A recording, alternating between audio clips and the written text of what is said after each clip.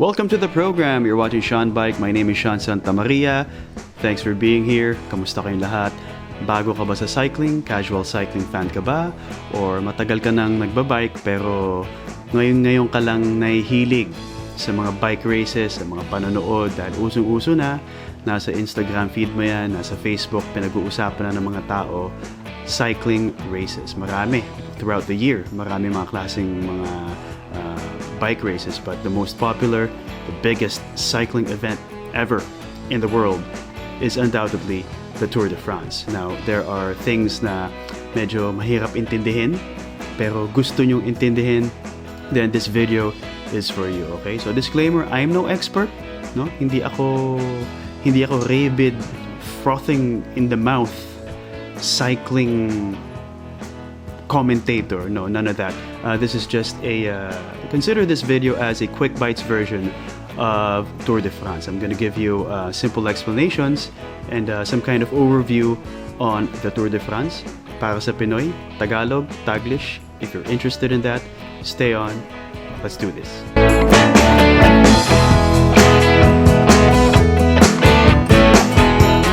Before we continue, I'd like to invite you to subscribe to the channel if you like what you're seeing. If you've been hanging around with me, with the channel for quite some time now at hindi ka pa subscribed, do me a favor, subscribe to the channel. It will mean the world to me.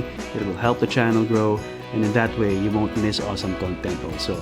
Follow me on Instagram na rin if you're interested in sort of my daily life. No? I post cycling pics, I post pics of sneakers and everything else. Instagram. And if you're interested in my daily rides, I ride almost daily, follow me on STRAVA na rin. Maraming salamat. Thank you. Okay, let's begin. Let's start with the basics, no? The Tour de France happens usually in July. Every year nangyayari yan. And in the history of Tour de France, 2 beses lang siyang natigil. At ito yung dalawang World War na nangyari in the early 1900s and in the 1940s. Hindi ko na naman eksaktong date, ano. So, palagi nangyayari ang Tour de France. And this July, tuloy ang Tour de France 2021. And you must have seen this on your feed na. If you like cycling, you must follow cycling pages. GCN, Bike Radar, Velon, nakikita niyan, alam na alam yan. So, it usually happens in July, okay? And typically, 22 teams ang nagko-compete sa Tour de France at ginaganap ito, of course, sa France, okay? Yung start nila, nag-iiba-iba taon-taon eh. And it usually ends, almost always ends. And I don't know if it has ever ended in any other place, but in the Champs-Élysées, sa stage 21. So, you have 22 teams with 8 riders in the race. Alright, so 8 riders yan in per team, and you have a total of 22 teams. Now, yung 8 riders na yan, may mga kanya-kanyang role, and there's a designated leader.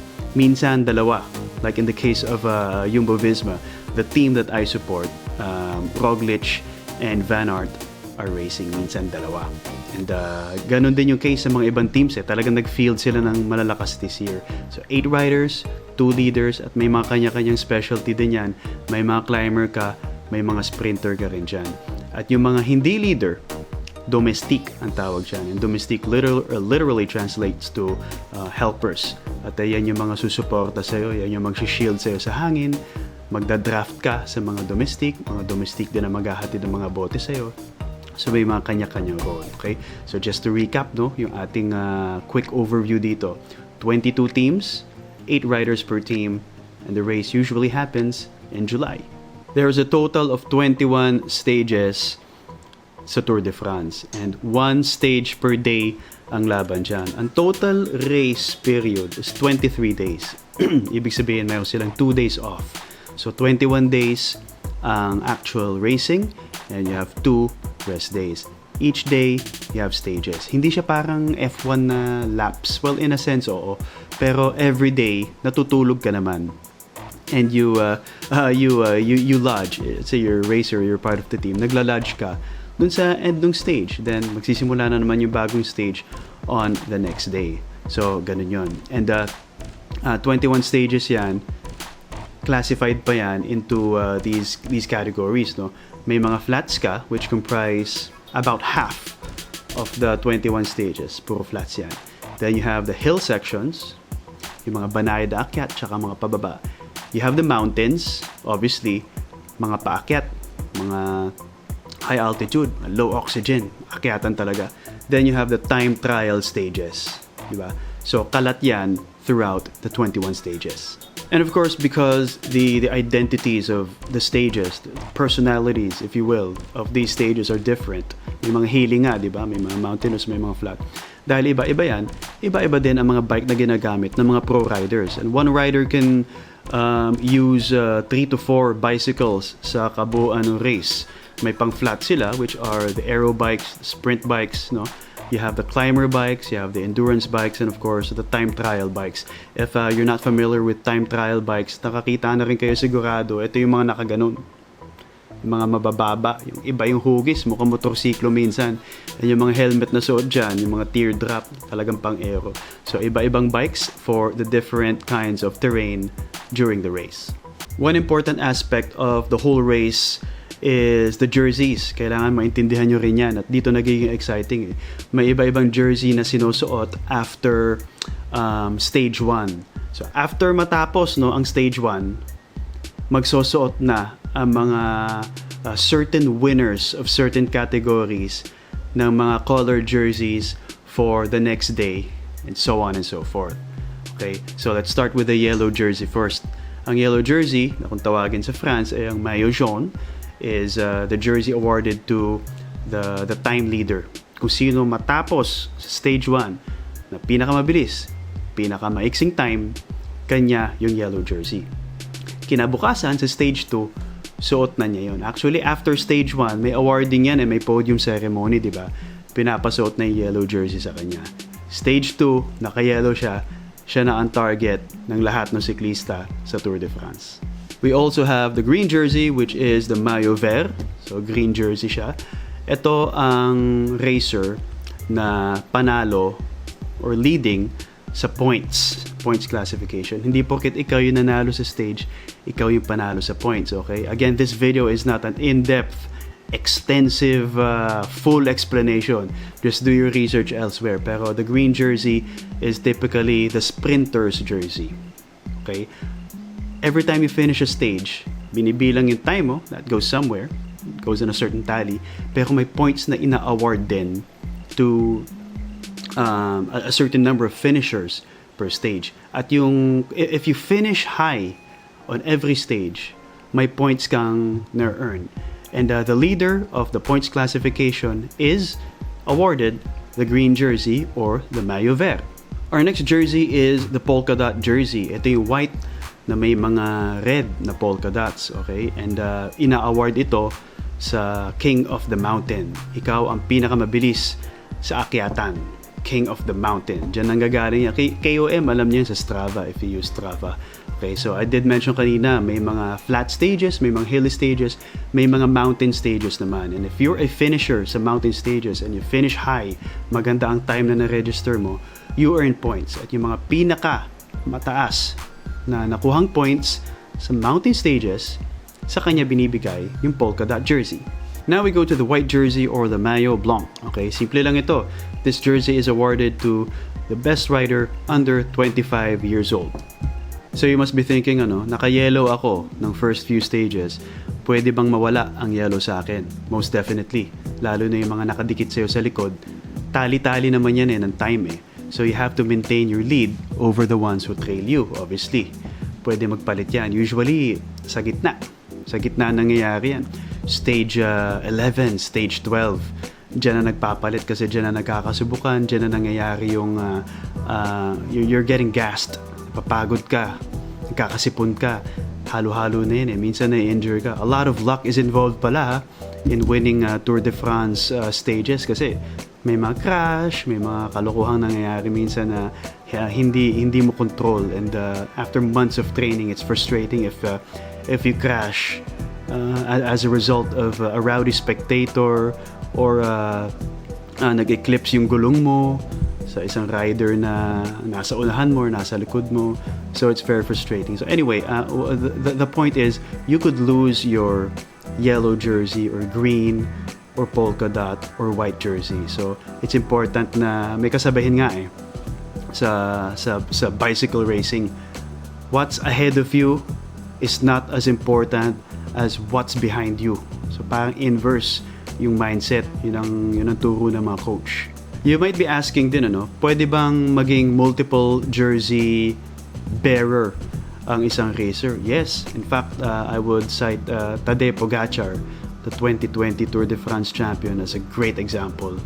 At one point, sa kanya ang yellow, which is the overall general classification leader. Okay? Sa kanya din ang polka dot jersey, which is the climber's jersey. Sa kanya din ang white, because he was under 25 years old when in 2020. If I'm not mistaken, 22 years old lang siya. So tatlo yung hawak niya, yellow, the polka dot, and the white. Syempre yung yellow ang pinakamataas, pinaka-prestigious. Yun ang suot niya, yung yellow jersey. So medyo may background na tayo ng konti. Again, hindi extensive ito. There's other venues for a more detailed explanation of what I just mentioned. Pero so medyo interested ka na. Paano manood? Sino ang pipiliin ko? Diba? Kasi magandang nanonood ka, you got a team or racers to root for. So how do you root for somebody? How do you pick your racer? So simple lang, let's go with the most obvious. Doon ka sa malakas, doon ka sa mga pinakasikat. And I could name a few teams, yung Visma, Movistar, Ineos, yun yung mga pinakamalalakas. And the best riders are with those teams. Madali naman yan, mag-research ka, Instagram, who are the best riders. Look at the previous winners of the Tour de France. Tingnan mo lang yung top 20 riders. Naka-indicate naman doon kung anong mga team. So, go with those, okay? Another way to pick your team is to, or rider, is to look at your bike. Like in my case, I ride a Cervelo. One of my bikes is a Cervelo. So, natural, team yung Visma ako. And nagkataon din, ando na mga malalakas, napakalakas, powerhouse. Primož Roglič and Wout van Aert. They ride for team yung Visma. And they ride Cervelos. Another way pala to pick your team or rider to root for is to look at your jersey or equipment, or accessories. Kung branded yan ng pro team, let's say binili mo dahil nagustuhan mo yung design or may nagregalo sa'yo.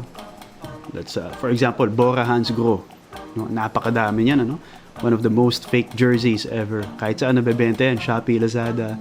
Sa tabi ng kalye, meron yan mga Bora Hansgrohe na jersey Matinding team yan, malakas yan. And you could pick that team also since may jersey ka na, peke man o hindi.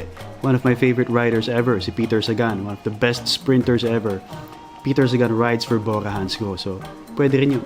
So ayun you have a basic understanding na kahit paano alam mo na ibig sabihin ng mga jerseys, yung mga kulay, and you kind of have a team or a rider that you're rooting for. Mas masarap ng manood. You're watching with intention na, and to root for a team is one of the best feelings ever sa spectator sports, of course. So meron ka na yan. How do you watch and where do you watch?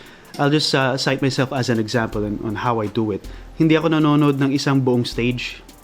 May mga live naman yun. You can subscribe or you could look for channels on cable kung saan pinapanood. But I don't get to watch full stages. May ginagawa rin tayong mga iba sa buhay. And typically one stage is completed by the racers in under 5 hours. Ang isang stage usually 180 kilometers. Diyan naglalaro yung distansya niyan. And 4.5 to 5 hours ang time. I don't have time for that. But follow cycling pages on Instagram. Follow subscribe to certain channels on YouTube. Almost instantly naman may highlights. After every stage, magpo-post ka agad yan na highlights.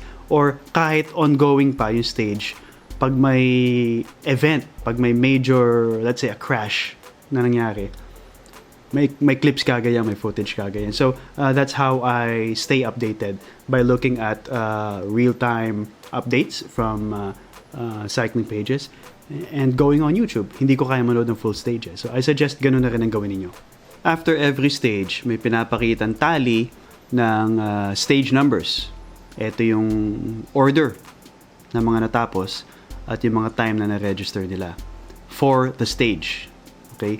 Then, after that, ipapakita nila yung general classification numbers naman. Ito ngayon yung total ng kabuuang race so far. So, let's say stage 15, natapos ng stage 15. They're gonna show the tally for stage 15. Sino na una, sino pangalawa, sino pangatlo. and so on and so forth, and the time, stage 15. After that, ipapakita yung general classification. Sino na una, pangalawa, pangatlo, based on the total time ng stages 15, 14, 13, 12, hanggang stage 1. So sana naintindihan nyo, may pagkakaiba. Hindi porket you won stage 15, panalo ka na. Hindi. Kailangan an accumulation of awesome race times ang maitali mo para in the end, pag ikaw yung pinakamaikli, pinakamabilis after the 21 stages, ikaw ang madedeclare na Tour de France champion. And there you have it, guys, pocket-size explanation video of La Tour de France. Okay, sana ma-enjoy nyo yung mga race. Pag may mga tanong, lagay nyo din sa comments. Pag may mga tanong pala kayo na kailangan ng mas detalyadong sagot, ask on Instagram. Mas responsive ako sa Instagram. Although sumasagot din naman ako sa comments sa YouTube, pero mas responsive ako sa Instagram. Okay? That's it. You guys always ride safe. Enjoy the races. God bless you all. I'll see you next time.